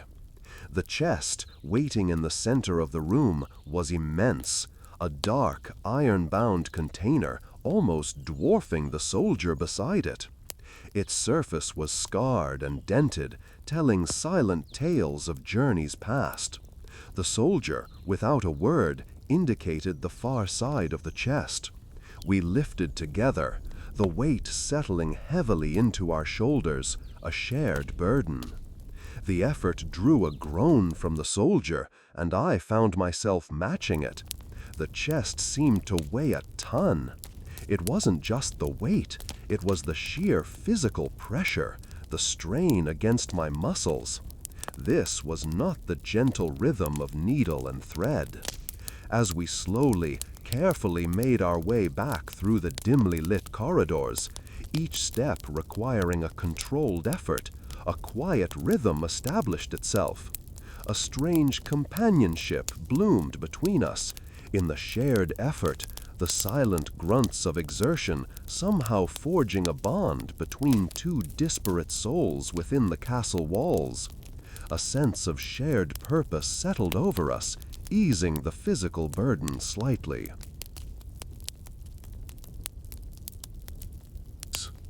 The flickering candlelight danced across the polished oak of the armory, casting long shadows that stretched and writhed like restless spirits. The air hung heavy with the scent of oiled leather and steel, a familiar comfort after days spent amongst the dust and grime of the castle. I sat on a low stool, the worn wood a familiar friend under my weight, idly tracing the worn patterns of a discarded leather strap. The rhythmic scraping of my cleaning tool against the chainmail had finally faded, leaving behind a quietude I hadn't known I craved. Then a small shadow fell across my work. A young page, no older than 10, stood hesitantly before me, his eyes wide with a mixture of awe and nervousness. His tunic, a faded blue, was smudged with dust and a faint, earthy stain I couldn't quite place. He fidgeted with the hem, his gaze fixed on the gleaming swords hanging proudly on the wall. "Excuse me, sir," he whispered, his voice barely audible above the gentle creak of the castle. Would you perhaps help me?" I looked up, a slow smile spreading across my face. The boy's apprehension was endearing, a stark contrast to the gruffness I'd grown accustomed to. "What is it, lad?" I asked gently, my voice softer than I intended. "The swords," he stammered, pointing a trembling finger towards the display. "They need cleaning. I've tried, but—" He trailed off, his cheeks flushing a deep crimson. I nodded, rising from my stool. The swords were indeed magnificent, a collection of ceremonial blades, each with a hilt of intricately carved bone and gleaming steel that seemed to hold the faintest shimmer of captured sunlight. They were a stark contrast to the practical, battle-worn weapons scattered throughout the armory. These were objects of beauty, of pride, imbued with a history far richer than the simple tools of war.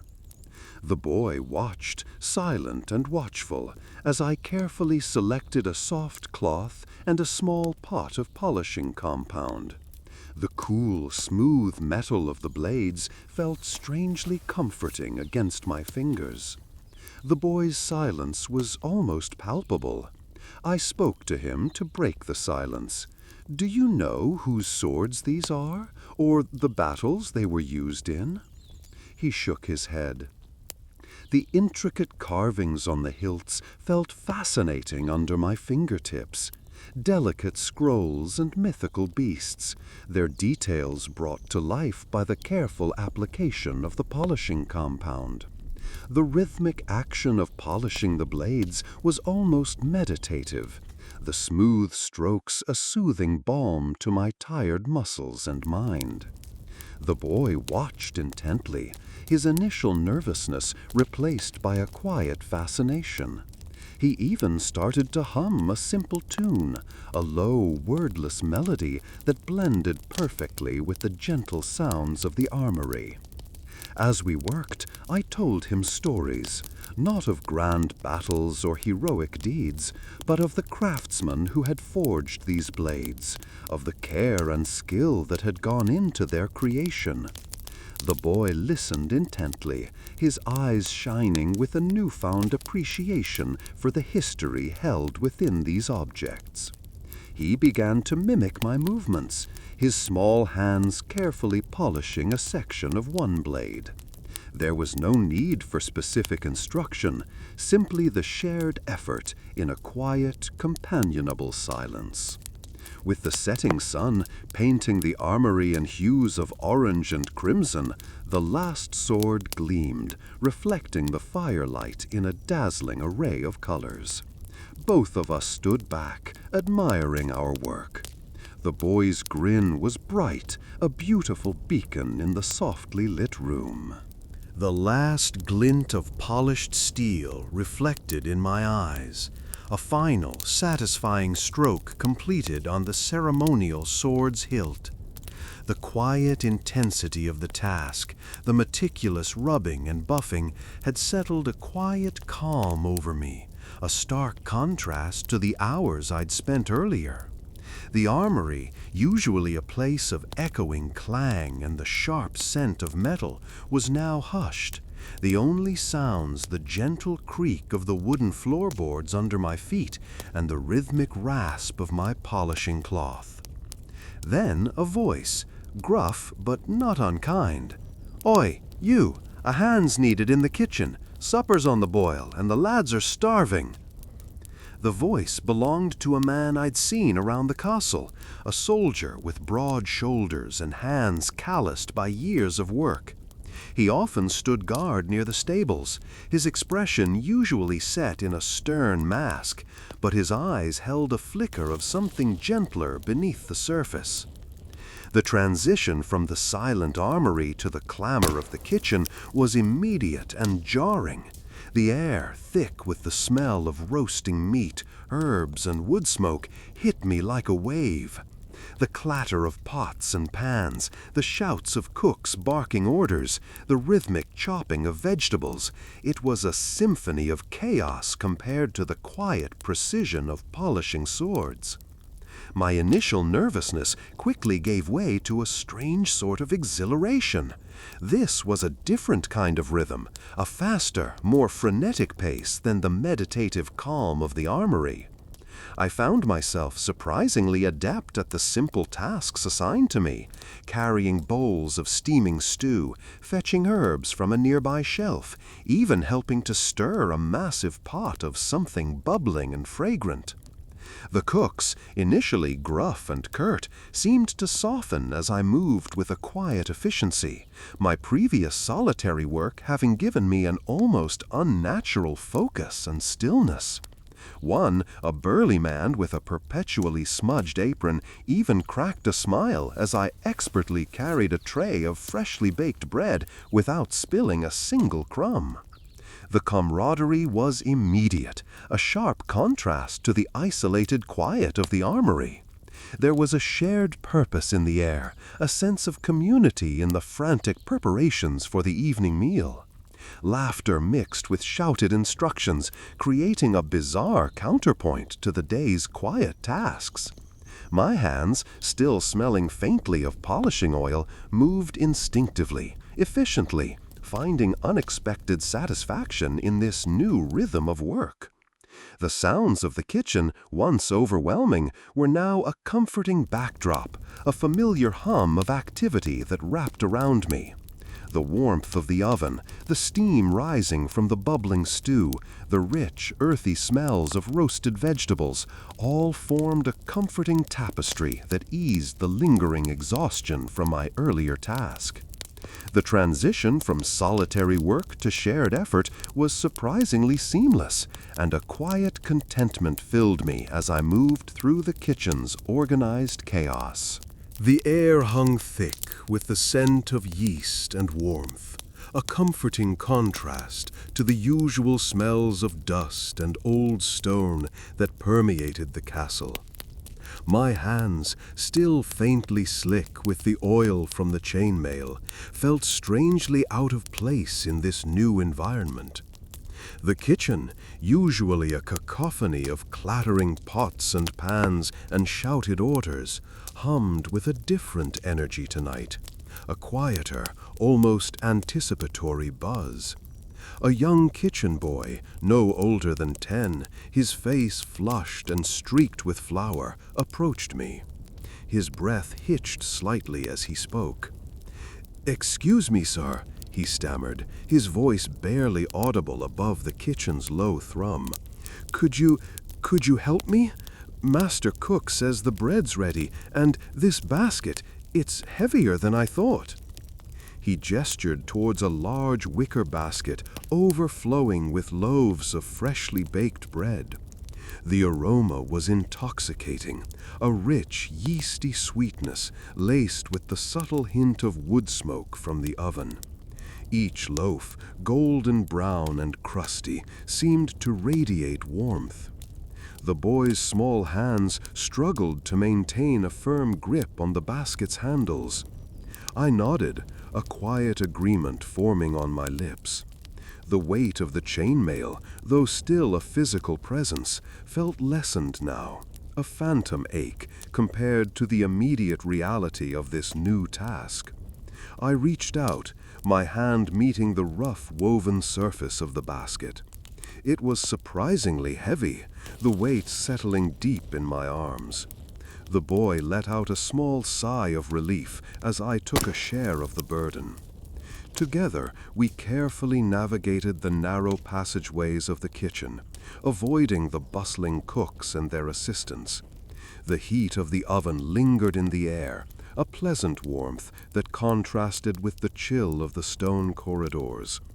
Each step was measured, deliberate, the rhythmic creak of our shoes against the flagstones a counterpoint to the comforting aroma of baking bread. The boy, encouraged by my presence, walked with a new confidence. We emerged into the great hall, the vast space filling with a low murmur of conversation and the clinking of tankards. The air here was different, cooler, less thick with the smells of cooking, replaced by the scent of ale and something faintly floral, perhaps from a nearby arrangement of flowers. The towering stone walls, previously oppressive, now seemed to recede, replaced by the warmth of the numerous candle flames dancing in their sconces. As we made our way toward the long trestle tables, I could see the anticipation on the faces of those gathered. Tired eyes gleamed with a renewed sense of energy, a warmth that mirrored the aroma of the bread. I noticed the old woman from the kitchen watching us. She offered a small smile, her silent approval a balm to my soul. The rhythmic clinking of the bread against the woven basket created a comforting sound as we placed it on a table groaning under the weight of the evening meal. The boy, his face beaming with relief and accomplishment, offered a small nod of thanks. The weight of the basket was gone, but the warmth it had carried, not just in my arms, but in my heart, a silent reminder of unexpected companionship and shared purpose. The air hung thick with the scent of yeast and warmth, a comforting contrast to the usual smells of dust and old stone that permeated the castle. My hands, still faintly slick with the oil from the chainmail, felt strangely out of place in this new environment. The kitchen, usually a cacophony of clattering pots and pans and shouted orders, hummed with a different energy tonight, a quieter, almost anticipatory buzz. A young kitchen boy, no older than 10, his face flushed and streaked with flour, approached me.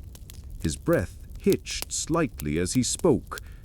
"Excuse me, sir," he stammered, his voice barely audible above the kitchen's low thrum. Could you help me? Master Cook says the bread's ready, and this basket, it's heavier than I thought." He gestured towards a large wicker basket overflowing with loaves of freshly baked bread. The aroma was intoxicating, rich, yeasty sweetness laced with the subtle hint of wood smoke from the oven. Each loaf, golden brown and crusty, seemed to radiate warmth. The boy's small hands struggled to maintain a firm grip on the basket's handles. I nodded, a quiet agreement forming on my lips. The weight of the chainmail, though still a physical presence, felt lessened now, a phantom ache compared to the immediate reality of this new task. I reached out, my hand meeting the rough woven surface of the basket. It was surprisingly heavy, the weight settling deep in my arms. The boy let out a small sigh of relief as I took a share of the burden. Together, We carefully navigated the narrow passageways of the kitchen, avoiding the bustling cooks and their assistants. The heat of the oven lingered in the air, a pleasant warmth that contrasted with the chill of the stone corridors. Each step was measured, deliberate, the rhythmic creak of our shoes against the flagstones a counterpoint to the comforting aroma of baking bread. The boy, encouraged by my presence, walked with a new confidence. We emerged into the great hall, the vast space filling with a low murmur of conversation and the clinking of tankards. The air here was different, cooler, less thick with the smells of cooking, replaced by the scent of ale and something faintly floral, perhaps from a nearby arrangement of flowers. The towering stone walls, previously oppressive, now seemed to recede, replaced by the warmth of the numerous candle flames dancing in their sconces. As we made our way toward the long trestle tables, I could see the anticipation on the faces of those gathered. Tired eyes gleamed with a renewed sense of energy, a warmth that mirrored the aroma of the bread. I noticed the old woman from the kitchen watching us. She offered a small smile, her silent approval a balm to my soul. The rhythmic clinking of the bread against the woven basket created a comforting sound as we placed it on a table groaning under the weight of the evening meal. The boy, his face beaming with relief and accomplishment, offered a small nod of thanks. The weight of the basket was gone, but the warmth it had carried remained, not just in my arms, but in my heart, a silent reminder of unexpected companionship and shared purpose. The quiet hum of the castle had settled into a low thrum, a comforting background noise to the rhythmic scrape of my cleaning tool against the chainmail. The last few links gleamed, polished to a soft sheen under the fading light. My shoulders ached, my fingers were stiff, but a strange calm had settled over me. It wasn't the calm of inactivity, but a deeper quiet, born from the repetitive motion, the slow, steady progress. It felt good. A shadow fell across the floor, interrupting the meditative rhythm. I looked up, expecting the captain, or perhaps the old woman from the kitchen, but instead it was a fellow soldier. He stood awkwardly, his hands clasped in front of him, a hesitant smile playing on his lips. "Mind if I bother you?" he asked, his voice a low murmur. He held something out to me, a long rolled-up piece of cloth. The banner, it got a bit damaged during the last skirmish. He unfurled the cloth, revealing a tattered banner, its once vibrant colors faded and muted by time and weather. Crimson had bled into a dull rust, gold had dulled to a tarnished ochre. The fabric itself was thick, heavy, almost coarse to the touch. It felt strangely warm in my hands, holding the ghost of countless sun-drenched days and stormy nights. The intricate stitching, however, was breathtaking. Tiny, precise stitches formed a crest, a snarling lion rampant, its claws outstretched. Each stitch was a tiny masterpiece, telling a silent story of skill and dedication.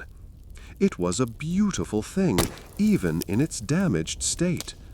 A large tear, jagged and uneven, marred one side of the lion's flank, revealing the frayed threads beneath. "It needs mending," the soldier said, his voice softer now, almost apologetic. "I tried, but, well, I'm not much good with a needle." I nodded, my gaze still fixed on the intricate work. The soldier's request felt almost like an invitation, a gentle nudge towards a new kind of quiet. The rhythmic motion of cleaning the chainmail had been soothing, but this offered something else, a different kind of focus, a different kind of rhythm. He produced a small pouch, and from it he extracted a needle and thread, the thread matching the faded crimson perfectly. The needle was surprisingly fine, almost delicate, a stark contrast to the heavy chainmail I had just finished working on. It felt strange, yet strangely appropriate, to hold this delicate tool after wrestling with the massive weight of the armor. The soldier showed me the tear, explaining the best way to reinforce the edges. His hands were calloused, strong, but his movements as he guided me were gentle, precise. I started with the tiny stitches, each one a small act of repair, a small act of restoration. The faded colors, the texture of the old fabric, the rhythmic in and out of the needle. It was all a meditation in its own way, as calming and fulfilling as the earlier task. The quiet of the room was broken only by the soft scrape of the needle against the thick cloth, the rhythmic breathing of myself and the soldier. As we worked, he told me stories, small, quiet tales of life within the castle walls, of friendships formed and battles fought. Each story added a new layer of depth to the banner, transforming it from a simple piece of damaged cloth into a living tapestry, interwoven with the lives of those who had carried it. The soldier finally left, his smile wider and more genuine this time. As I continued mending, alone now with the banner, a sense of purpose that extended beyond myself filled the room. A gruff but kindly voice, roughened by years of shouting orders and swallowing dust, cut through the quiet hum of the castle. "Oi, you there! A hand's needed!" I looked up from the gleaming chainmail, the rhythmic scrape of the cleaning tool momentarily silenced. The voice belonged to a soldier, I could tell, by the timbre and the implied authority. He wasn't shouting, not exactly, more a gravelly call across the stone floor. The chainmail, now almost pristine, reflected the weak sunlight filtering through the narrow arrow slit, a stark contrast to the muted grays and browns of the stone walls. Hesitantly, I rose, the muscles in my legs protesting the sudden movement after hours of hunched-over labor. The weight of the armor was absent now, but a different kind of heaviness settled in my chest. A dull ache of fatigue, a reminder of the physical toll of my day. The cold of the stone floor seeped through my worn leather boots, a bracing contrast to the warmth of the oil that still clung to my fingertips. I followed the sound of the voice, the heavy wooden door creaking slightly as I pushed it open. The hallway was dimly lit, the air thick with the smell of dust and damp stone. The soldier stood near a large iron-bound chest, its wood darkened with age and wear. It looked impossibly heavy, the kind of chest that would require 2 strong men to lift. But there he stood, leaning casually against the wall, his expression unreadable behind a thick, dust-caked beard. "Help me with this," he grunted, gesturing towards the chest. "Armory needs restocking. Captain's been on my case all morning." His gruffness seemed to soften at the edges, a flicker of weariness in his eyes that mirrored my own exhaustion. I nodded, my own fatigue momentarily forgotten in a surge of unexpected camaraderie. We approached the chest together, the soldier offering a slight grunt of encouragement as we heaved it upward. The wood groaned under the strain, the iron bands protesting against the movement. The weight was shocking, a brutal, pressing heft that seemed to settle deep within my bones. We moved in slow, deliberate steps, the chest bumping unevenly against the stone floor. The rhythm of our movements, the shared effort, created a strange sort of harmony amidst the castle's usual clangor. The soldier's breathing grew heavier with each step, his silence a testament to the effort. I felt a prickle of sweat on my forehead, a testament to my own exertion. The silence between us wasn't uncomfortable. It was a shared understanding of the weight, both literal and metaphorical, that we carried. The armory loomed ahead, a large, dark room at the end of the hallway. The heavy oak door creaked open, revealing rows upon rows of weaponry, swords, spears, bows, and crossbows, all glinting faintly in the weak light. The air inside was cool and metallic, a scent of oil and polished steel mingling with the dust. With a final, concerted effort, we maneuvered the heavy chest inside, placing it gently against the wall with a soft thud. The soldier let out a long breath, a sound of relief, then a gruff thanks. He offered a small, almost imperceptible nod. I felt a warmth spread through me, a small, unexpected comfort in the shared task, a simple gesture that transcended the harsh reality of castle life. For a moment we stood there, two soldiers in a dimly lit room, the weight of the chest a forgotten thing. Then the soldier turned, leaving me alone amidst the steel and silence. The air hung heavy, with the scent of oiled leather and polished steel. Dust motes danced in the single shaft of sunlight piercing the gloom of the armory. I sat on a low stool, the rhythmic scrape of my cleaning cloth against the knight's ceremonial sword a counterpoint to the quiet hum of the castle beyond its thick stone walls. The sword gleamed, its polished surface reflecting the dim light, a stark contrast to the rough-hewn stone of the walls. My fingers, still slightly stiff from the earlier chainmail cleaning, moved with a practiced ease, each stroke deliberate and precise. A quiet contentment settled over me, a feeling of accomplishment blending with the growing exhaustion of the day. Then a hesitant cough broke the silence. I looked up. A young page, barely taller than the stacked crates of weaponry surrounding us, stood nervously at the entrance to the armory. His face was smudged with grime, his eyes wide and apprehensive.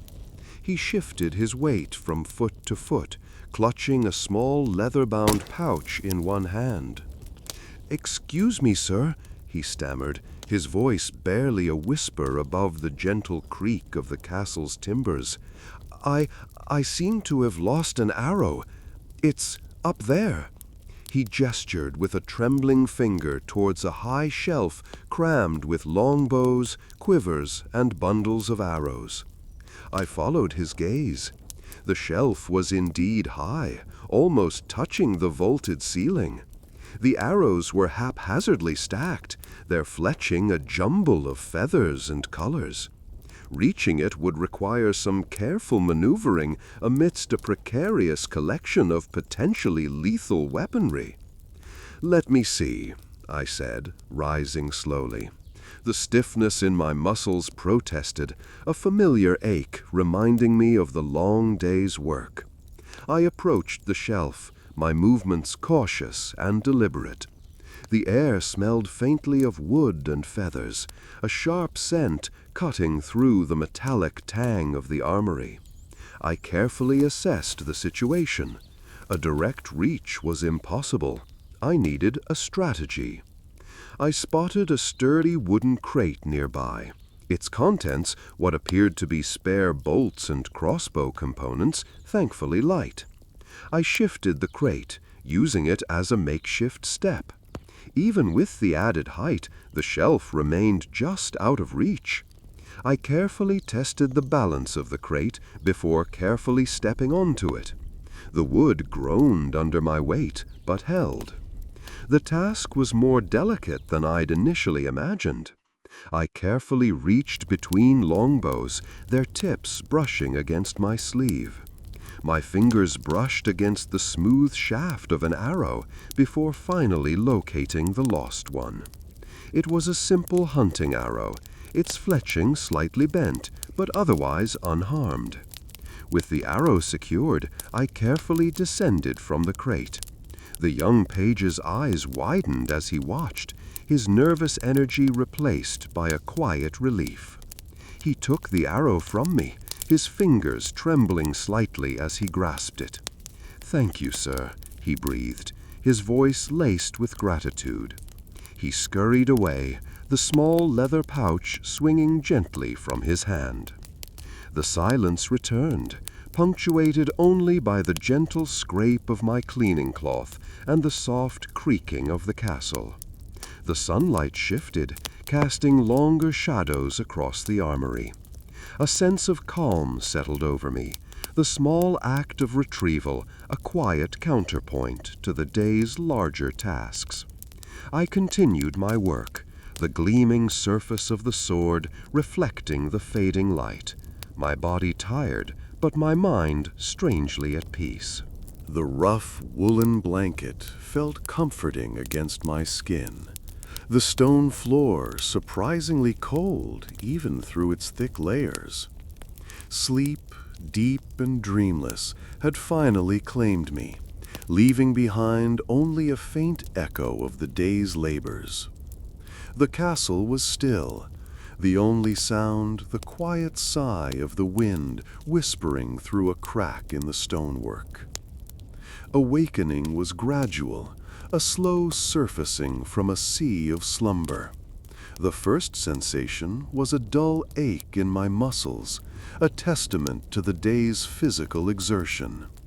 Then came the smells, the faint, earthy scent of the stone, a lingering hint of wood smoke from the kitchens, and the fresh, crisp air filtering in through the arrow slit. Sunlight, pale and diffused, painted the walls in soft, muted hues. I sat up, my joints protesting with a series of creaks and pops. The chainmail, gleaming faintly in the morning light, stood sentinel beside my pallet, a silent monument to my unexpected triumph over the daunting task. It no longer felt like a weight, a burden. Instead, it held a quiet dignity, a story whispered in polished steel and intricate links. A gentle tap at the door broke the stillness. Hesitantly, I rose and opened it to find the old woman from the kitchen, her face etched with the same lines as the castle stones, but her eyes held a newfound warmth. In her hands she carried a simple wooden bowl filled with something warm and fragrant. "Porridge," she said, her voice low and calm, "to start your day." The porridge was simple, grains softened in water, sweetened with a touch of honey, but it tasted of more than just sustenance. It tasted of acceptance, of belonging. As I ate, slowly and deliberately, she spoke of the day ahead, of small tasks and shared responsibilities. She spoke of the rhythm of life within these ancient walls, a rhythm that had slowly, subtly woven itself into my own being. I spent the rest of the morning helping her in the kitchen, the familiar movements of chopping vegetables and stirring pots a soothing counterpoint to the quiet hum of the castle waking. The sounds were no longer jarring, but a comforting symphony of daily life. The smells, once overwhelming, now held a subtle, comforting familiarity. By midday, the initial disorientation had completely faded. The modern world, once a constant, nagging presence, felt distant, almost unreal. In its place was a quiet contentment, a sense of peace I hadn't known was possible. I was no longer just a visitor, an outsider thrust into a strange and alien world. I was, in some small way, a part of it all. The castle, once a symbol of confinement, now felt like a refuge, a haven. And the weight of the world, once crushing, now felt manageable, even bearable. The quiet hum of the castle, the smell of wood smoke and baking bread, these were not just sensations, but markers of my unexpected new home. The unknown future still stretched before me, but now I faced it not with dread, but with a quiet, surprising acceptance.